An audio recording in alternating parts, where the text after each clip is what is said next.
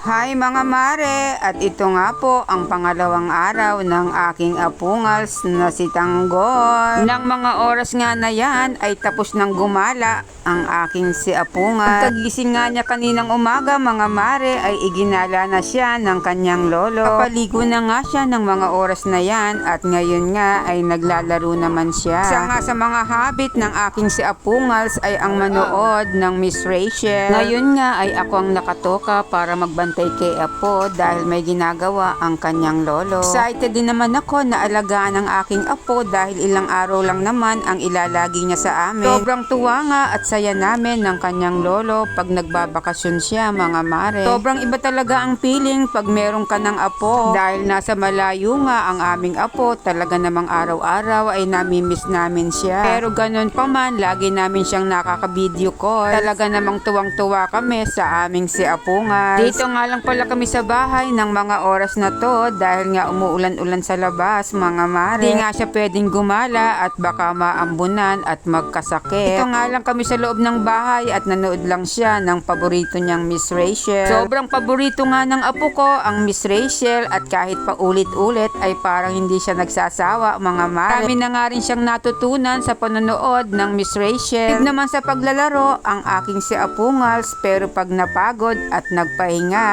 kailangan merong Miss Rachel. Ang ending, habang nanonood siya ng Miss Rachel ay nakakatulog na siya mga mare. Sobrang kulit na talaga nitong aking apo, pero okay lang dahil minsan lang namang magiging bata ang aking si Apungals. Kaya naman habang bata si Apungals, talagang enjoy na siya. Kami bilang mga lolo at lola niya, hindi talaga kami magsasawa na alagaan ang aming si Apungals. Lagi mong tatandaan na po, mahal na mahal ka ni lolo at lola. Yan lang at biten mga mare. Bye!